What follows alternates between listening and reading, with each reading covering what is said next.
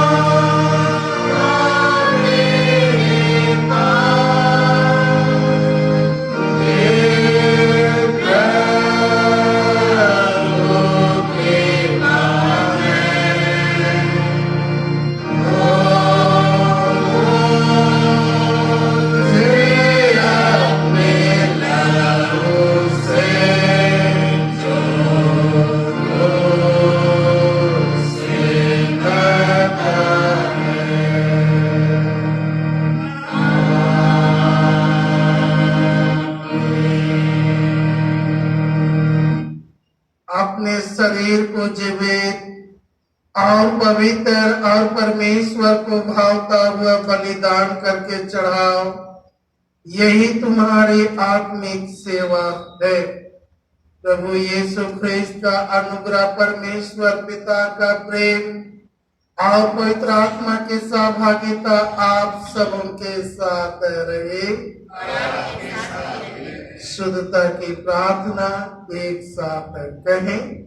हे सर्वशक्तिमान परमेश्वर, तेरे समुख सबके हृदय खुले हैं, तू सबके विलासों को जानता है और उसे कोई भी छिपा नहीं है। आपने पवित्र आत्मा की प्रेरणा से हमारे हृदय के विचार को शुद्ध कर, ताकि हमको से पूर्ण से प्रेम करें और कोई नाम की स्तुति करें हमारे प्रशस्त ख्रीस्त के द्वारा। आमीन।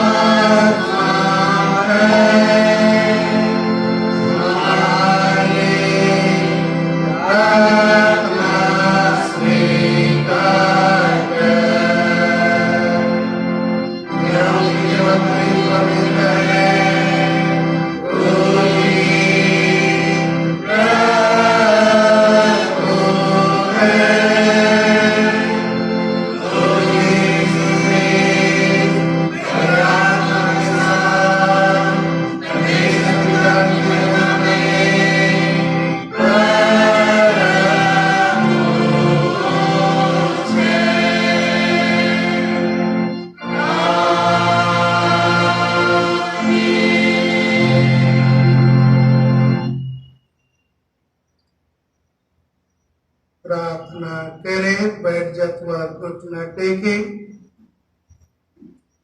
हे सर्वशक्तिमान परमेश्वर, केवल तू ही मानव हृदय की अनियंत्रित इच्छाओं को वश में कर सकता है। हम पर ऐसा अनुग्रह करके हम सब अशुद्ध विचारों और अपशब्द को दूर कर सके, ताकि जैसा तू पवित्र है वैसे हम पवित्र बने, और जैसा तू सच्चा है वैसा हम सच्चे बने। हमारे प्रभु यीशु ख्रीस्त के द्वारा, जो तेरे पवित्र आत्मा के साथ एक परमेश्वर अब और सदा जुगान जो जीता और राज करता है। आमीन। हे सर्वशक्तिमान और दयावान परमेश्वर, तू जो जीवन और मृत्यु का प्रभु है, ये से कोरोना महामारी के समय हम नम्रता से तेरी और अपने आंखें उठाते हैं और हमें बचाने की भरोसा रखते हुए तो उससे विनती करते हैं कि तू हमें इस संकट से छुड़ा और अपने लोगों को ऐसा स्वास्थ्य और शक्ति दे कि वे संत नम्र और धन्यवादी मन से तेरी सेवा करे। हमारे प्रभु यीशु ख्रिस्त के द्वारा, आमीन। हे सर्वशक्तिमान परमेश्वर, तेरी आशीष से पृथ्वी पर्वत होती है और मनुष्य के प्रतिपालन के लिए सब आवश्यक वस्तुओं को उपजाती है। हम विनती करते हैं कि किसानों के परिश्रम को सफल कर और धूप और पानी ऐसे परिमाण से भेज कि हम पृथ्वी के फसल को बटोरे और सदा तेरी दया से आनंदित रहें, जिससे तेरे पवित्र नाम की स्तुति हो। हमारे प्रभु यीशु ख्रिस्त के द्वारा, आमीन। हे सर्वशक्तिमान परमेश्वर, तो बुराई से भलाई को उत्पन्न कर सकता है और मनुष्यों के क्रोध से भी अपनी स्तुति कराता है। हम विनती करते हैं कि तो ये से भारत और चाइना की युद्ध में के निकासों को ऐसे प्रेरणा कर कि हम लड़ाई से पार होकर चिरस्थायी शांति की दशा में पहुंचाए जाए, जैसे जगत के जातियां तेरी महिमा की बढ़ती और सारी मनुष्य जाति के लाभ के निमित्त मेल संगति के अधिक के दृढ़ बंधन में एक संग जुट जाए। हमारे प्रभु यीशु ख्रिस्त के द्वारा, आमीन। हे परमेश्वर, तूने सब जाति के मनुष्यों को एक ही लव से सारे पृथ्वी पर वास करने के लिए उत्पन्न किया और अपने धन्य पुत्र को इसलिए भेजा कि जो दूर है और जो निकट है दोनों को मेल का प्रचार करे। यह वर्दी किस देश के सब लोग तुझे टटोल कर पाए और ये स्वर्गीय पिता उसी प्रतिज्ञा को पूरा कर जो तूने की है कि मैं सारे मनुष्यों पर अपनी आत्मा डालूंगा। हमारे त्राता यीशु ख्रिस्त के द्वारा, आमीन। हम इस समय परमेश्वर का वचन सुनेंगे।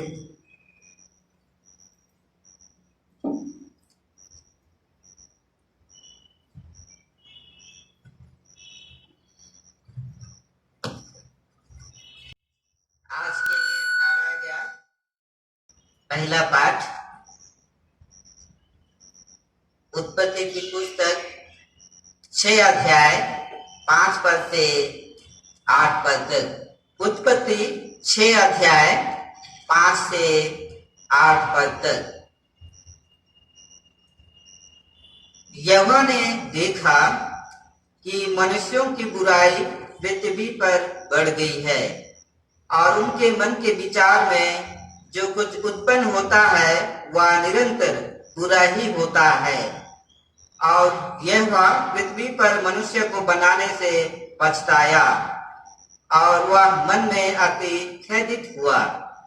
तब यहोवा ने कहा, मैं मनुष्यों को जिसकी मैंने सृष्टि की है पृथ्वी के ऊपर से मिटा दूंगा। क्या मनुष्य, क्या पशु, क्या रेंगने वाले जंतु, क्या आकाश के पक्षी, सबको मिटा दूंगा, क्योंकि मैं उनके बनाने से पछताता हूँ। परंतु यहोवा के अनुग्रह की दृष्टि नूह पर बनी रही। यह परमेश्वर का वचन है। परमेश्वर का धन्यवाद हो। इस समय भजन संहिता के लिए मंडली खड़े हो जाएंगे। भजन संहिता 34, भजन संहिता 34 8 पद और 11 से 14 पद। इसे हम बारी बारी से पढ़ेंगे। भजन संख्या 34 8 से 9 और 11 से 14 पद हम बारी बारी से पढ़ेंगे।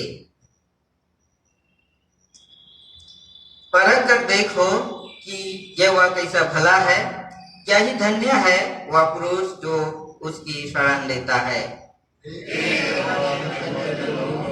उसका ध्यान बनो, क्योंकि उसके डरवाई को किसी बात की तकलीफ नहीं होती। 11 से, हे लड़कों, आओ मेरी सुनो, मैं तुमको यहोवा का भय मानना सिखाऊंगा। वह पाप मनुष्य है जो जीवन की इच्छा रखता है और बुराई चाहता है ताकि भलाई देखे।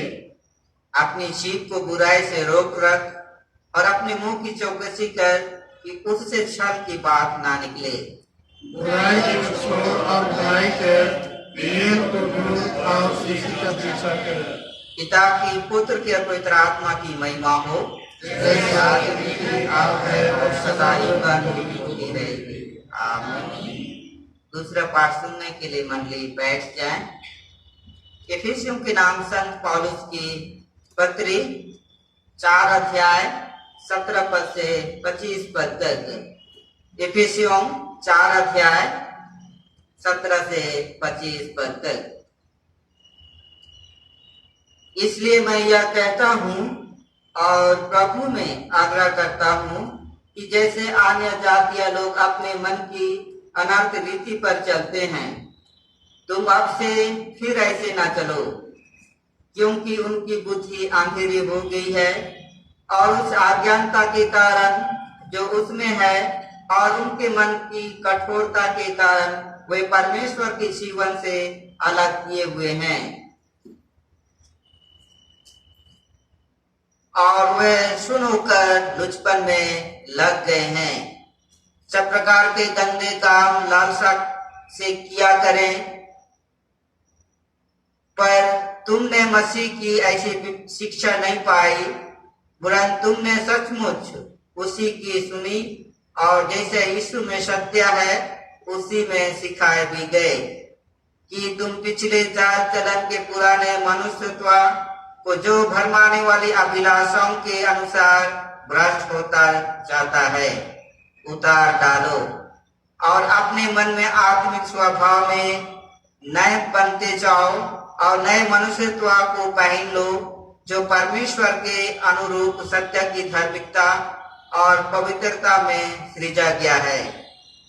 इस कारण झूठ बोलना छोड़कर हर एक अपने पड़ोसी से सच बोले, क्योंकि हम आपस में एक दूसरे के अंग हैं। यह परमेश्वर का वचन है। परमेश्वर का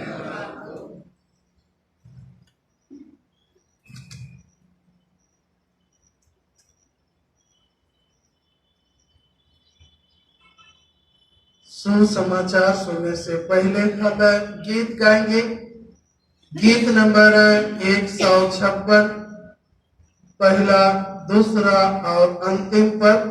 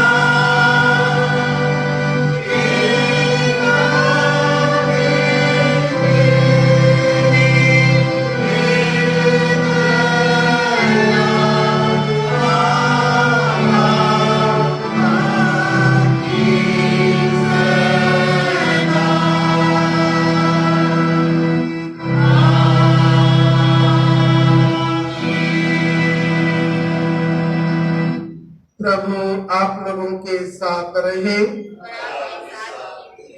सुसमाचार, पवित्र मत्ती रचित सुसमाचार और उसके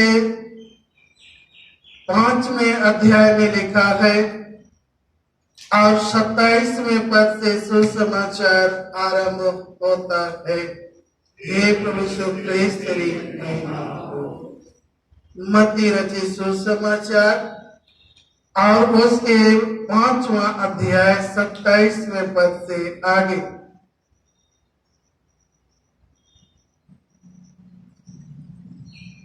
यीशु ने कहा, तुम सुन चुके हो कि कहा गया था व्यभिचार ना करना, परंतु मैं तुमसे यह कहता हूं कि जो कोई किसी स्त्री पर कुदृष्टि डाले वह अपने मन में उससे व्यभिचार कर चुका। यदि तेरी दाहिना आंख तुझे ठोकर खिलाए तो उसे निकाल कर फेंक दे, क्योंकि तेरे लिए यही भला है कि तेरे अंगों में से एक नष्ट हो जाए और तेरा सारा शरीर नरक में ना डाला जाए। यदि तेरा दाहिना हाथ तुझे ठोकर खिलाए तो उसको काट कर फेंक दे, क्योंकि तेरे लिए यही भला है कि तेरे अंगों में से एक नष्ट हो जाए और तेरा सारा शरीर नरक में ना डाला जाए। यह यीशु ख्रिस्त का सुसमाचार है। सर्वशक्तिमान अनुग्रहकारी पिता परमेश्वर, हे प्रभु, हम तेरा धन्यवाद करते हैं कि तूने पुनः फिर एक बार अपनी आराधना स्तुति करने का हम सबों को अवसर दिया है, अपनी आत्मा की अगुवाई दिया है।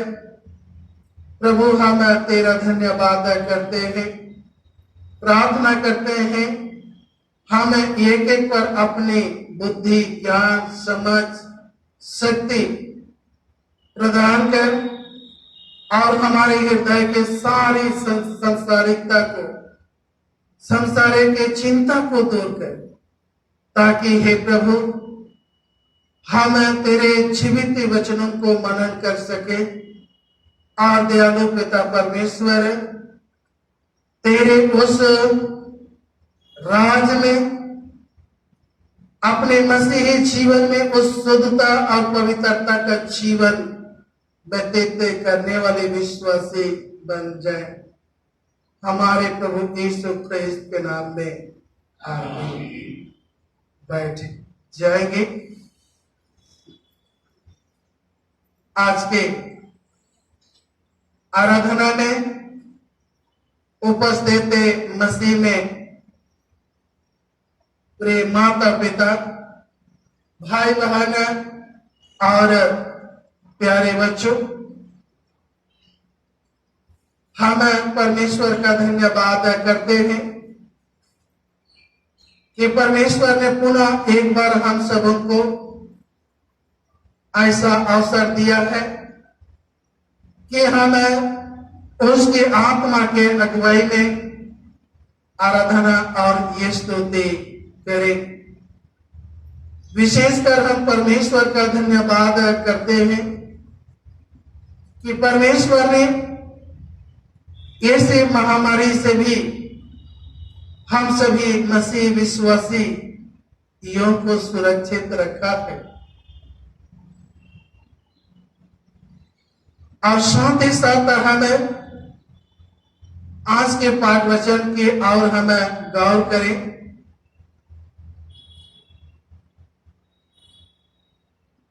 कहा जाता है कि व्यभिचार मीठी पॉइजन है, मीठी जहर है,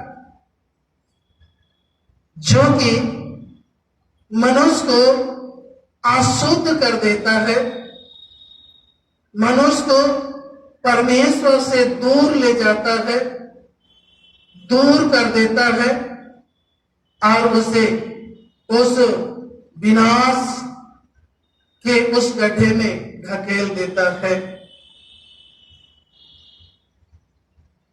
इसलिए आज जो वचन हम मनन करेंगे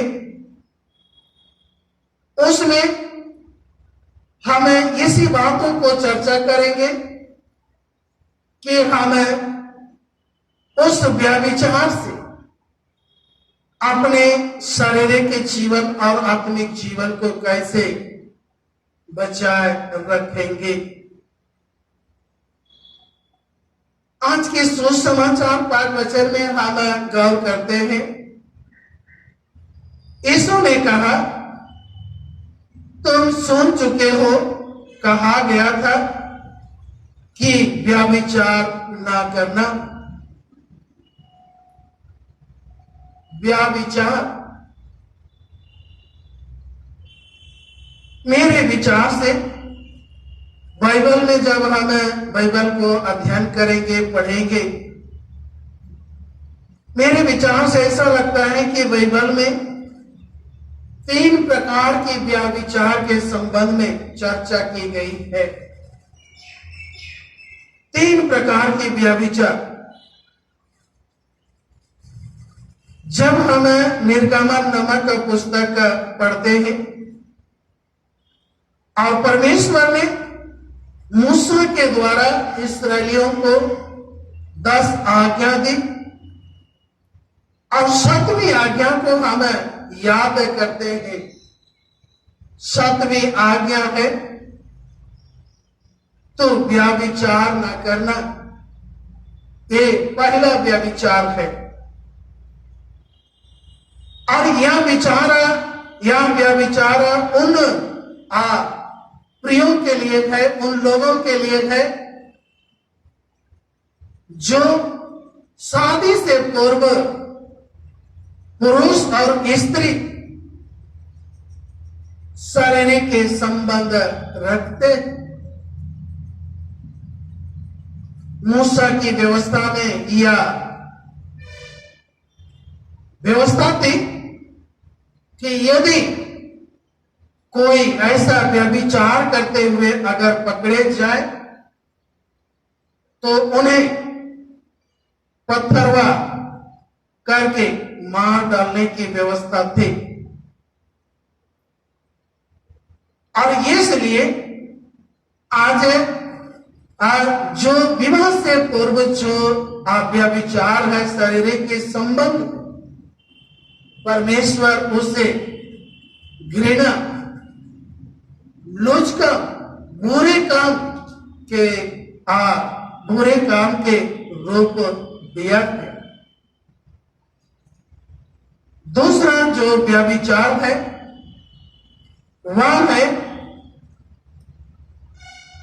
विवाहित पुरुष स्त्री गैर के साथ शारीरिक के संबंध को व्यभिचार कहा गया है। विवाहित पुरुष और स्त्री गैर पुरुष और स्त्री के साथ शारीरिक संबंध रखते हैं, उसे व्यभिचार कहा गया है। आज अगर हम लोग संसार में अपने अड़ोस पड़ोस में देखते हैं कि विवाहित पुरुष और स्त्री अपने पत्नी और अपने पति को छोड़कर अन्य के साथ वे शारीरिक संबंध रखते हैं, जो कि जिसे परमेश्वर ने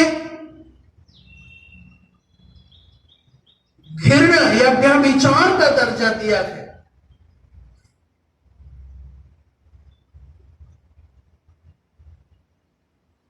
और आज हम जितने भी विवाहित विश्वासीगण हैं, चाहे वो पुरुष हो चाहे वो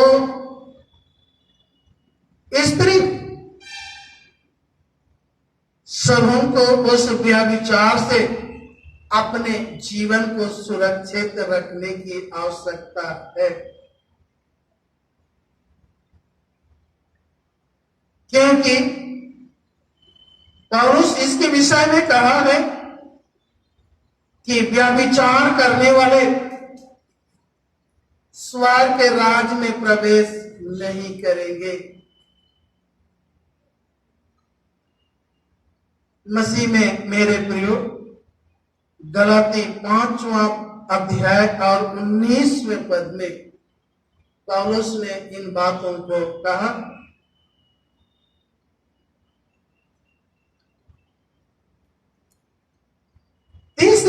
तीसरा जो व्यभिचार है, मैं उसके विषय में बोलने जा रहा हूं, जो कि आज के सुसमाचार में यीशु ने कहा।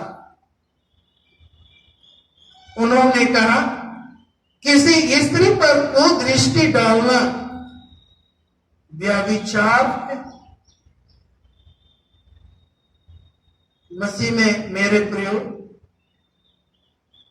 किसी पर कुदृष्टि डालना व्यभिचार है।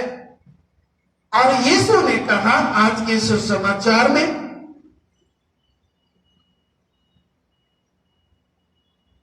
कि जो कोई किसी स्त्री पर कुदृष्टि डाले वह अपने मन में उससे व्यभिचार कर चुका।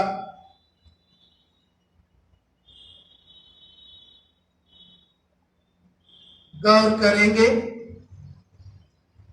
कि पुरुष लोग स्त्री को कब बुरी दृष्टि से देखते हैं, या तो इस बातों को और हम गहराई से जाएं तो हम स्मरण करें कि यदि कोई लड़की, ये स्त्री छोटा कपड़ा, बहुत कम कपड़ा पहनी हो तो लोग उस पर दृष्टि डालते हैं, तो दृष्टि डालते हैं।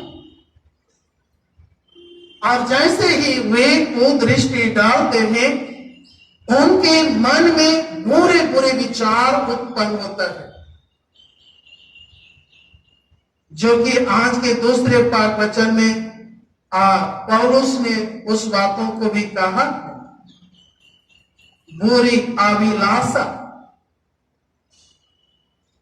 और यदि आज अगर हम संसार में देखें, आप सभी उस न्यूज़पेपर में आप पाते हैं, हर दिन के हम पेपर में पाते हैं कि किसी न किसी लड़की या स्त्री से दुष्कर्म के विषय में हम पढ़ते। मसीह में मेरे प्रियो, आज हम विशेषकर आज हमारे मसीही जितने बहन हैं, माता है, बच्चे हैं, बेटियां हैं, उन सबों के लिए एक संदेश है कि वे जब कोई भी ऐसे भड़कीले कपड़े पहनते हैं तो कम से कम जरूर वे प्रभु से प्रार्थना या प्रभु से पूछे कि हे प्रभु, मैं ऐसे कपड़े को पहनूंगी तो मुझ पर क्या असर होगी। मसीह में मेरे प्रियो, आज उन सबों को एक ऐसे सिंपल साधारण वस्त्र पहनने की आवश्यकता है। और जब हम ये स्मरण करें कि हमारे जो लड़कियां इस तरह की वस्त्र पहनती है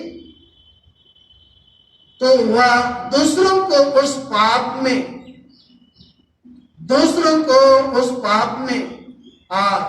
ढकलती है, गिरने में, उस पाप में उसे गिराने में उसे मजबूर करती है। और तब जब ऐसे वस्त्र पहनने वाले लड़कियों को जब पुरुष देखते हैं तो उनके मानों में बुरे बुरे विचार उत्पन्न होते हैं। बुरे विचार उत्पन्न होते हैं। हम याद करते हैं जब हवा ने उस भले बुरे ज्ञान के उस वृक्ष के फल को देखा तो उनके मन में कैसे कैसे विचार उत्पन्न हुए होंगे और उन्होंने उस फल को खाकर उन्होंने आदम को भी मुस्काया कि तू भी इसे खा ले। मसीह में मेरे प्रियो, हम जब बाइबल के वचन को गौर करते हैं कि पौलुस ने तीमुथियुस को, जो एक अगुआ थे, एक प्रचारक थे, और उससे वह कहता है कि तू बुराई से दूर भाग, बुराई से दूर भाग। आज हम इस समाज में देखते हैं जब वैसा दृश्य जब आते हैं तो लोग दूर भागने के बजाय वे और करीबी जाते हैं। हम उत्पत्ति नामक पुस्तक के और एक उदाहरण के लिए जाएं। याकूब के 12 बेटा में से यूसुफ एक था और उनके जीवन को गौर करें। उन्होंने पोतीफर के पास उसे बेच दिया और पोतीफर की पत्नी स्त्री ने उसकी पत्नी ने यूसुफ को देखा और उसे एक बंद कमरे में ले गई और उन्होंने उससे कहा कि मेरे साथ सो। मसीह में मेरे प्रियो, यूसुफ ने वहां से भागा। अर्थात आज हम सभी पुरुषों के लिए ये संदेश है कि सभी पुरुष उस बुराई से दूर भागे, उस बुराई से आप दूर भागे ताकि उस अशुद्ध करने वाले उस पाप में ना गिरे, उस पाप में ना गिरे। पौलुस अपनी पत्री में इसी बात की उन्होंने चर्चा किया है और उन्होंने आग्रह करता है कि जो अन्य जाति के लोग हैं, अन्य जाति के लोग हैं जिनका जो कि अंधे हो गए हैं, आत्मिक के अंधे हो गए हैं, वे कहता है वह और आगे कहता है कि तुम पिछले चाल चलन के पुराने मनुष्यों को जो भरमाने वाली अभिलाषाओं के अनुसार भ्रष्ट होता जाता है उतार डालो। ये आज हम अपने अपने हृदय से, अपने अपने जीवन से जब ऐसे बुरे विचार को, बुरे कामों को जब हम उतार फेंकेंगे, अपने जीवन से निकाल देंगे, तो हम इस अशुद्ध करने वाले पाप से हम बच जाएंगे। मसीह में मेरे प्रियो,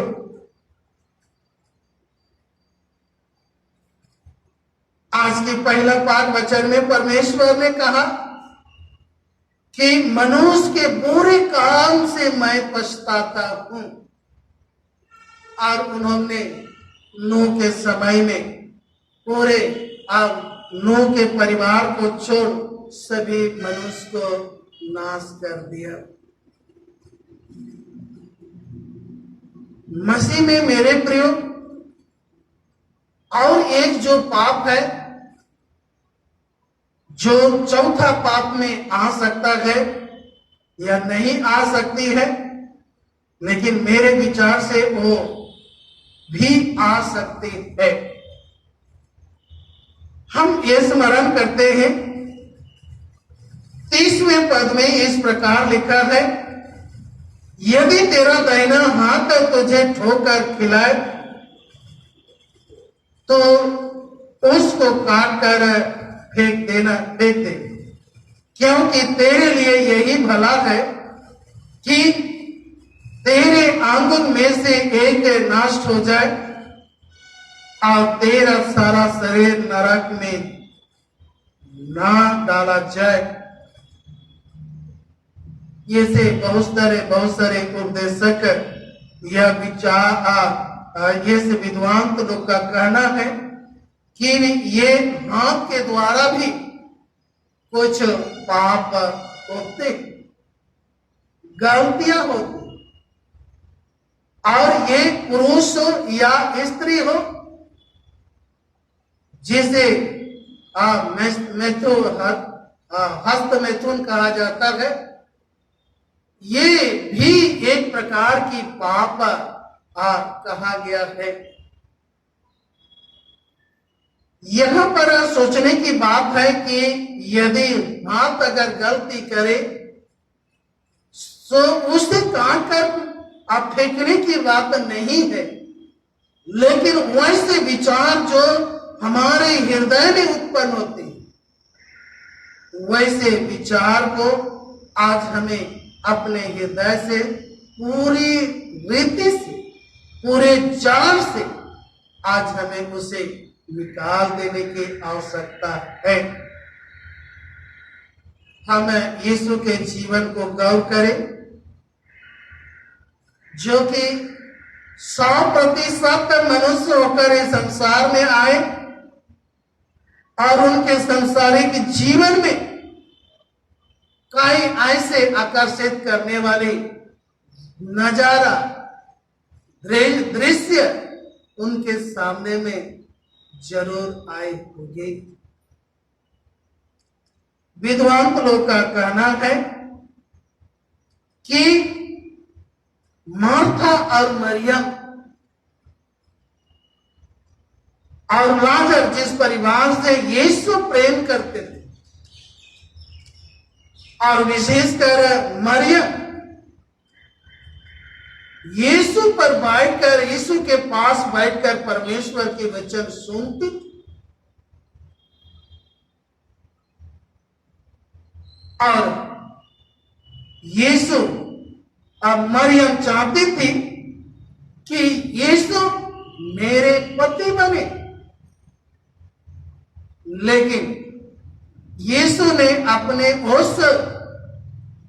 उस परमेश्वर की योजना में वह बरकरार रहे और उन्होंने उस बुराई में नहीं पड़ा।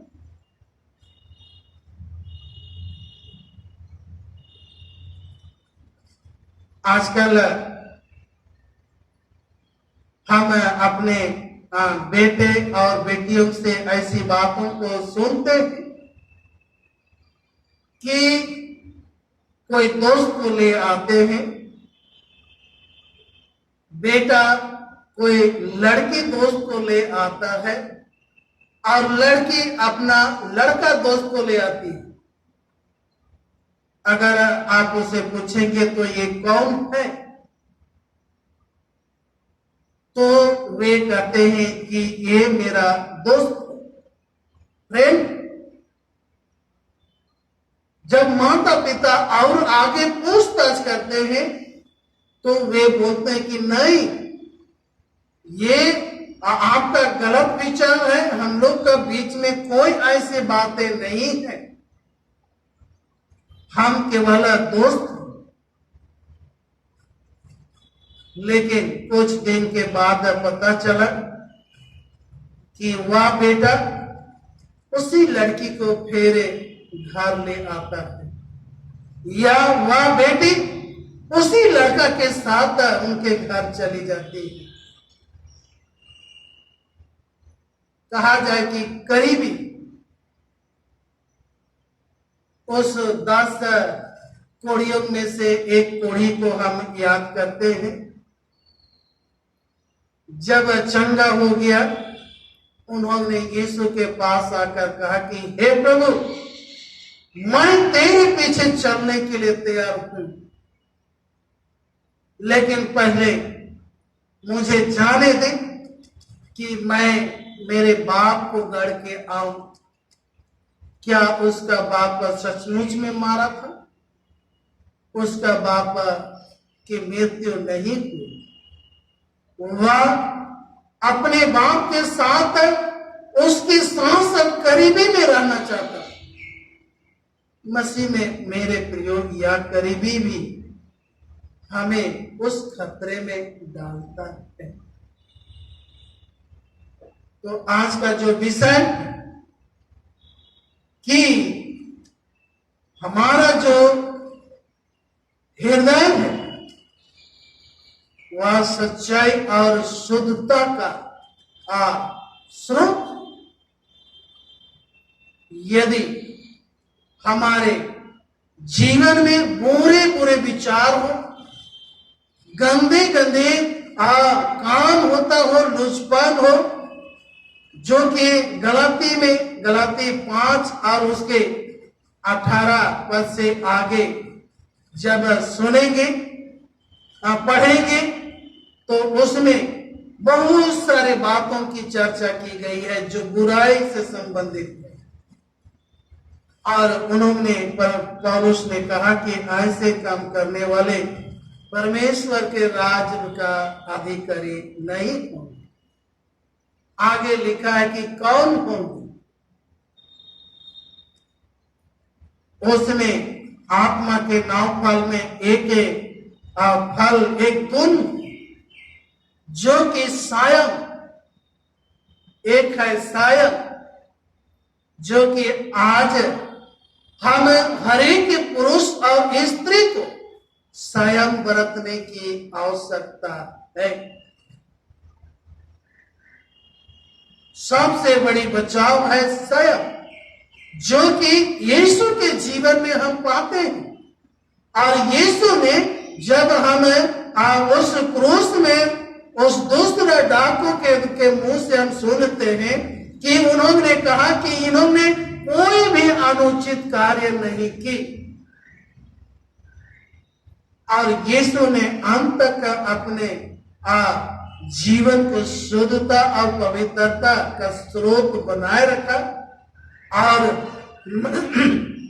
मसीह में मेरे प्रियो, वह परमेश्वर का उस राज्य का पहलौठा अधिकारी ठहरा।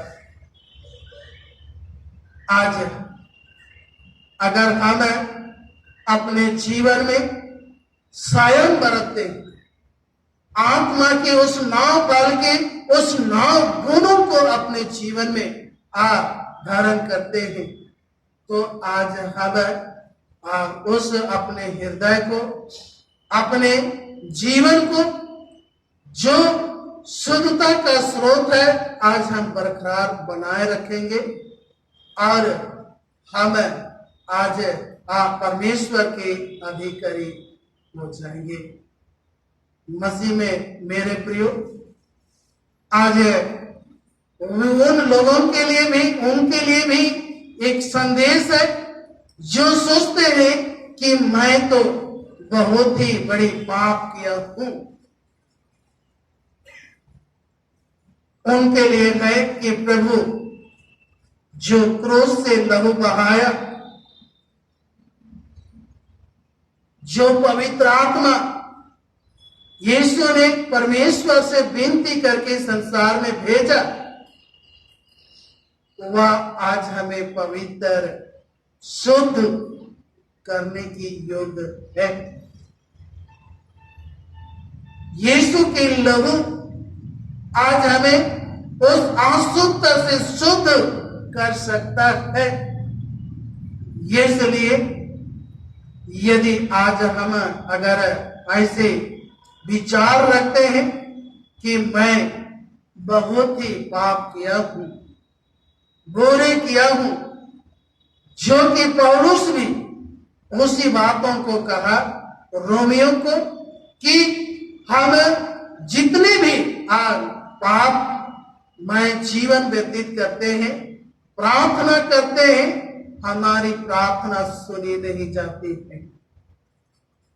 हम जितने भी हों कि आज हमें चाहिए कि हम अपने उस हृदय को शुद्ध करने के लिए यीशु के पास आए, विश्वास के साथ आए, और हम जब आराधना में आते हैं और अपने आराधना विनती करते हैं, पौलुस ने कहा कि तुम्हारी आत्मिक सेवा यही है कि तुम अपने जीवन को शुद्ध, पवित्र और परमेश्वर को भावता हुआ करके आत्मिक बलिदान चढ़ाओ। तभी परमेश्वर हमारी प्रार्थनाओं को सुनेंगे, तभी परमेश्वर के पास हमारी प्रार्थना पहुंचेगी। सुलेमान के जीवन को देखते हैं कि उन्होंने भवन निर्माण किया और परमेश्वर को पुकारा और परमेश्वर तक उनके आवाज पहुंची। तो मसीह में मेरे प्रियो, आइए आज हम पहले अपने जीवन को शुद्ध और सच्चाई में सच्चाई को स्थान दे और सारी बुराई को छोड़ दे, त्याग दे, तभी हम उस आत्मिक जीवन में आगे बढ़ सकते हैं। नहीं तो हमारा ये मसीही जीवन केवल एक प्रकार का एक जीवन ही बन के रह जाएगा और हम हमारी किसी प्रकार के उस बलिदान भेंट परमेश्वर को ग्रहण योग्य नहीं होगा। आइए हम प्रभु यीशु मसीह के पास आए और अपने पापों को यीशु के समक्ष रखें। वही हमें हमारे पापों से शुद्ध करेगा। प्रार्थना करें।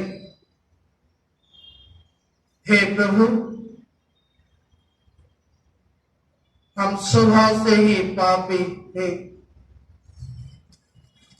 परंतु तूने हे प्रभु हमारे उस शुद्धता का भी तूने प्रबंध की। तूने अपने पुत्र यीशु को इस संसार में भेजा, उसे क्रूस पर बलिदान किया और उसके बहाए हुए लहू से हे प्रभु हमारी पापमय स्वभाव शुद्ध हो सकता है। हे दयालु पिता परमेश्वर, हम प्रार्थना करते हैं, हम ये कि उस पापी स्वभाव को अपने उस पवित्र लहू और यीशु नासरी के नाम में हे प्रभु दूर कर, ताकि हमारा हृदय सच्चाई और शुद्धता का स्रोत सदा के लिए बना रहे। हमारे प्रभु यीशु ख्रीस्त के नाम में हम लोग खड़े हो जाएंगे और अपने विश्वास की घोषणा वेदों के विश्वास वचन के द्वारा एक साथ करें।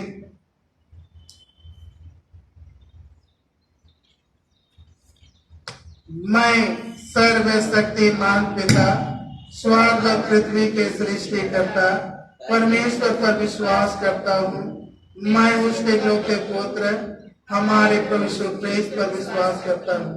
वह पवित्र के सामने से गर्भ में आया और कुमारी मरियम से जन्मा। उसने पुन्तियुस पिलातुस के शासन में दुख भोगा। वह क्रूस पर चढ़ाया गया, मारा और गड़ा गया और मृतकों के लोक में उतरा। तीसरे दिन वह जी उठा। वह स्वर्ग पर चढ़ गया और पिता के देने विराजमान है। वह जीवों और मृतकों का न्याय करने के लिए फिर आएगा। मैं पवित्र आत्मा पर, पवित्र सब लौकिक कलीसिया पर, संतों की संगति, पापों की क्षमा, देह की पुनरुत्थान और अनंत जीवन पर विश्वास करता हूँ। आमीन। हम पढ़ते निवेदन की प्रार्थना करें। हम प्रार्थना करें। हे पिता, हम प्रार्थना करते हैं कि समस्त संसार में न्याय और शांति स्थापित हो और प्रत्येक व्यक्ति भरपूर जीवन प्राप्त करे। हे दयावान प्रभु, हमारी प्रार्थना सुन। उन सब लोगों के लिए जो इसी गांव, नगर, शहर में रहते हैं, उन सब बातों को दूर करने के लिए जिनसे आपसी फूट और झगड़े होते हैं, और हमारे देश में सच्ची एकता की बढ़ती के लिए हे दयावान प्रभु, हमारी प्रार्थना सुन। उन सब लोगों के लिए जो कृषि, उद्योग अथवा व्यापार में लगे हुए हैं, सब मजदूरों और कारीगरों के लिए, और उन सब के लिए भी जो अपनी सेवा से हमारी आवश्यकताओं की पूर्ति करते हैं, हे दयावान प्रभु, हमारी प्रार्थना सुन। अध्यापकों, छात्रों, वैज्ञानिकों, लेखकों और कलाकारों और उन सब व्यक्तियों के लिए जो अन्य लोगों के विचारों और भावनाओं को प्रभावित करते हैं, हे दयावान प्रभु, हमारी प्रार्थना सुन। उन सब लोगों के लिए जो दुखी हैं, बेरोजगार हैं, भूखे प्यासे हैं, दरिद्र दलित हैं, बीमार और मरनसन हैं, और उन सब व्यक्तियों के लिए जो ऐसे लोगों की सेवा और सहायता करते हैं, हे दयावान प्रभु, हमारी प्रार्थना सुन। हमारे तथा अन्य देशों के सब शासकों के लिए, विशेषकर हमारे राष्ट्रपति, प्रधानमंत्री, इस राज्य के राज्यपाल और मुख्यमंत्री, और उनके लिए भी जो लोगों पर किसी प्रकार का अधिकार रखते हैं, हे दयावान प्रभु, हमारी प्रार्थना सुन। संपूर्ण मसीह समाज की एकता और मेल मिलाप के लिए और समस्त संसार में उनकी गवाही और सेवा कार्य के लिए, हे दयावान प्रभु, हमारी प्रार्थना सुन।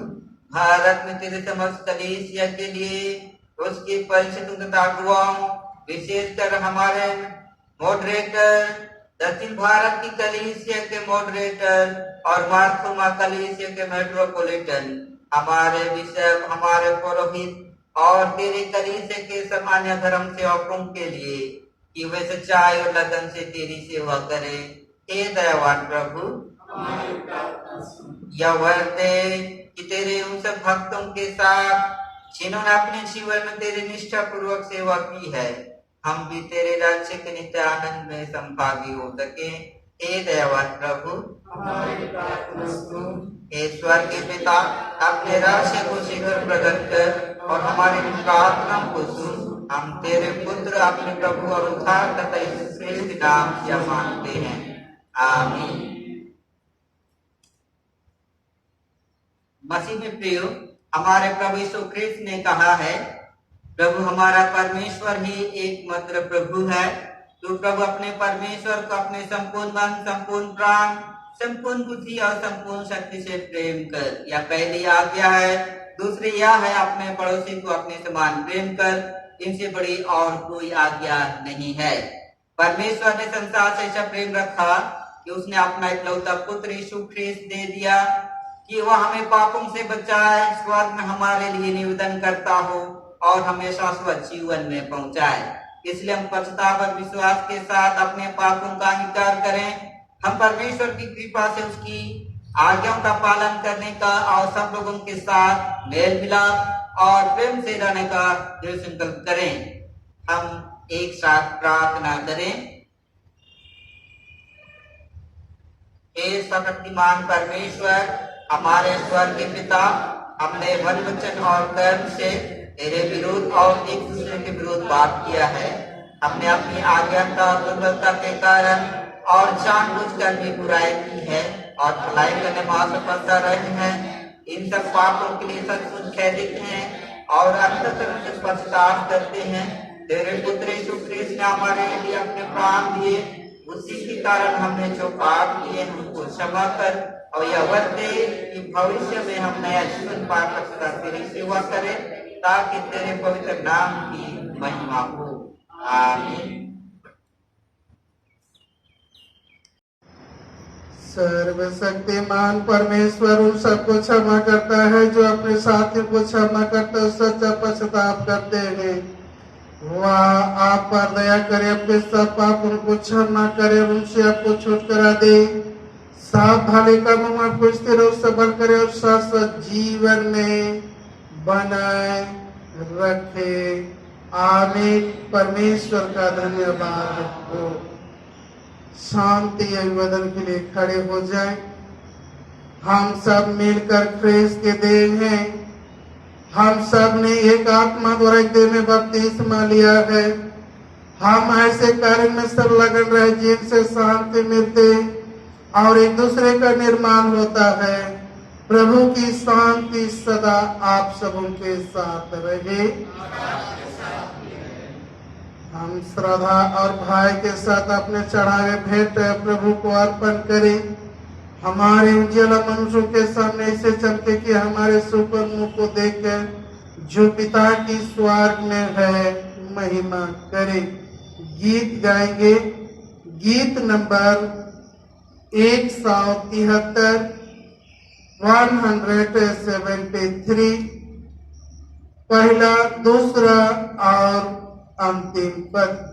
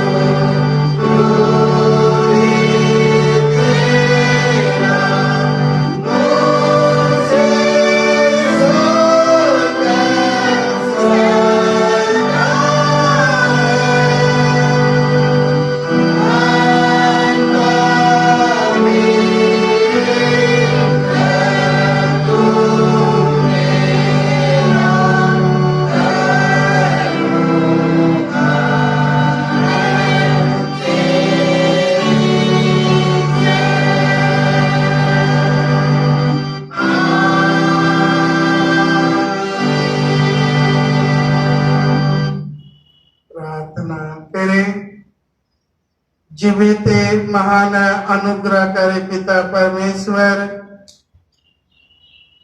तेरा धन्यवाद करते हैं प्रभु के तो हमारे जीवन का पालन पोषण का प्रबंध तो ही करता है और सबों को आहार देकर तृप्त करता है।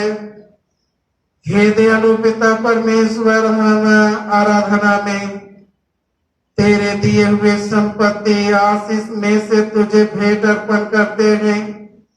प्रार्थना करते हैं कि तू ये से भेंट धन पर अपने आशीष दे, ताकि तेरी राज्य की बढ़ोतरी के निमित्त काम में आए और उस भंडार को, जिस भंडार से यह अर्पण की गई है, उस भंडार को सदा भरा पूरा रहकर यीशु ख्रिस्त के नाम में आमीन। प्रार्थना करें, बैठ जाए अथवा घुटना टेकें। सर्वशक्तिमान अनुग्रहकारी पिता परमेश्वर, तेरा धन्यवाद करते हैं प्रभु कि तूने शुद्ध करता और सच्चाई के मार्ग में अगुवाई देने वाले अपने पुत्र यीशु को ये संसार में भेजा, ताकि हे प्रभु उसके अनुयायी हे प्रभु सच्चाई के मार्ग में चले और शुद्धता का जीवन व्यतीत कर सके। दयालु पिता परमेश्वर, इसलिए में तेरा धन्यवाद करते हैं, धन्यवाद देते हैं तूने ये बीते सप्ताह में कई प्रियों को नए साल में प्रवेश करने की आशीष दी। प्रभु उन सबों के जीवन के लिए हम तेरा धन्यवाद करते हैं और नए साल में तो उनकी सुधि ले और उनके जीवन की हर एक आवश्यकता को पूरा कर और हे प्रभु उनकी रक्षा रखवाली कर, ताकि इस साल भी उस चैन के साथ व्यतीत कर सके। प्रभु हम प्रार्थना करते हैं उन सभी प्रियजनों के लिए जो बीमार दुखित थे, बीमार में पड़े हुए थे, और हे प्रभु तूने अपने पुत्र यीशु के उस नाम और लहू के द्वारा तूने स्वास्थ्य और चंगाई प्रदान की है। हे दयालु पिता परमेश्वर, साथ ही साथ हम प्रार्थना धन्यवाद के साथ प्रार्थना करते हैं कि इस महामारी के समय तूने एक की रक्षा और रखवाली की है।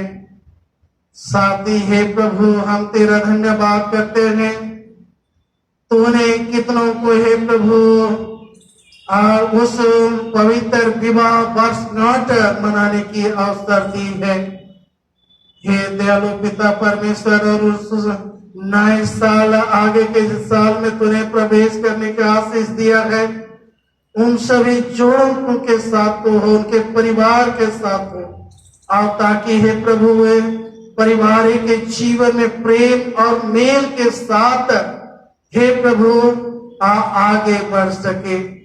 प्रार्थना करते हैं बच्चों के लिए जो ये समय हे प्रभु ऑनलाइन के माध्यम से अपने पढ़ाई लिखाई कर रहे हैं। हे दयालु पिता परमेश्वर, हम प्रार्थना करते हैं ये कि हमारे बच्चों पर ज्ञान और बुद्धि दे, ताकि वे उस पढ़ाई में हे प्रभु हर एक बातों को ये स्मरण रख सके और उसके द्वारा से भी अपने पढ़ाई में आगे बढ़ेंगे। हे दयालु पिता परमेश्वर, हम प्रार्थना करते हैं बुजुर्ग माता पिता सबों के लिए प्रभु एक एक की रक्षा कर, उनके शारीरिक जीवन को स्वस्थ रख, ताकि हे प्रभु वे स्वस्थ रहें और अपने उस शुद्धता और सच्चाई के जीवन को व्यतीत करें। दयालु पिता परमेश्वर, इस समय पूरे पेरिस के सभी मसीह परिवार और परिवार में सभी माता पिता भाई बहन हैं, उन सबों के लिए प्रार्थना करते हैं। प्रभु होने दे कि तेरी उपस्थिति उनके साथ रह, और विशेष कर सांसारिक जीवन में हे दयालु पिता परमेश्वर उस आसुद करने वाले पाप बुराई से बुरे कामों से हे प्रभु आप बचाए रख। जैसे दाऊद अपने भजन में कहा कि तू बुराई को छोड़कर उस भलाई की पीछा कर। हे प्रभु उन्होंने कहा कि तू अपने जीव की रक्षा कर ताकि किसी बुरी बातें ना निकले।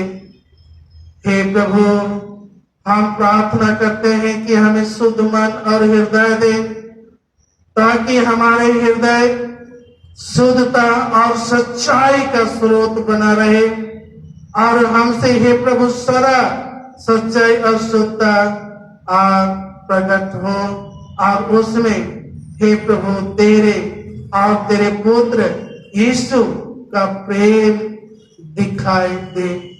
हे दयालु पिता परमेश्वर पुनः हम हमारे उन सभी प्रियजनों के लिए जो हमारे रिश्तेदार हैं, हमारे परिवार के सदस्य हैं जिनसे हम दूर में हैं और हमारे प्रियजन जहाँ कहीं भी हैं, हे प्रभु उनके लिए भी प्रार्थना करते हैं, उनकी भी रक्षा और रखवाली कर। और हे प्रभु होने दे कि तेरे प्रेम हम एक के साथ बना रहे ताकि हम हे प्रभु ये अपने परिवार के प्रियजनों से प्रेम रखे। और हे दयालु पिता परमेश्वर जितने भी आज व्यभिचार में पड़े हुए लोग हैं, हे प्रभु उस बुराई में फंसे हुए लोग हैं, जैसे हे प्रभु पौलुस साउल के जीवन को तूने शुद्ध और पवित्र की, हर एक उस व्यभिचार और अशुद्ध काम करने वाले पर तो अनुग्रह कर और उनके जीवन से उन सभी बुराई को दूर कर दे और हे प्रभु वे सच्चाई और शुद्धता का जीवन व्यतीत कर सके और तेरी महिमा हो। हे दयालु पिता परमेश्वर पुनः हम उस महामारी संबंधित जितने भी रोकथाम के लिए हमारे अधिकारीगण हैं, मंत्रीगण हैं, प्रधानमंत्री हैं और हे प्रभु प्रशासन है जो रोकने के काम में लगे हैं, उनकी रक्षा रखवाली कर सहायता दे ताकि उनके द्वारा हे प्रभु यह महामारी रोका जा सके। जितने पीड़ित हैं ये की हे प्रभु प्रार्थना को सुन और उस कोरोना महामारी से उन्हें चंगाई प्रदान कर। हे दयालु पिता परमेश्वर हम पुनः ऐसे जीवन को आगे के जीवन को तेरे हाथ में सौंपते हैं और प्रार्थना तेरे बेटे हमारे उद्धार करता यीशु ख्रिस्त के नाम से मांगते हैं, आमीन। हे प्रभु हम पर दया कर, हे प्रभु हम पर दया कर। हे हमारे पिता तू जो स्वर्ग में है, तेरा नाम पवित्र मना जाए, तेरा राज है स्वर्ग में पूरी होती है वैसे पृथ्वी पर भी हो। हमारे दिन भर की रोटी आज हमें दे और हमारे अपराधों को क्षमा कर जैसे हमने अपने अपराधों को क्षमा किया है और हमें परीक्षा न डाल परंतु बुराई से बचा, क्योंकि राज पराक्रम और महिमा आप और सदा सर्वदा तेरी ही है, आमीन।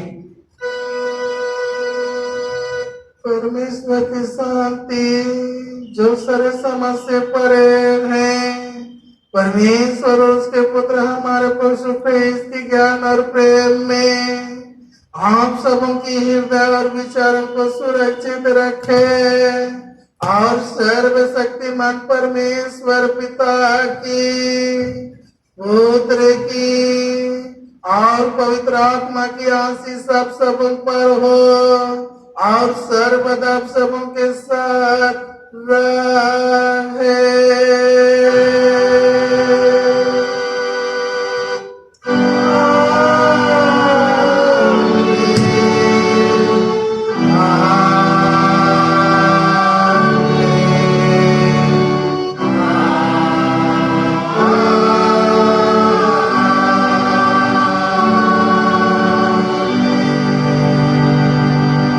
शांति से पूर्ण होकर जाइए।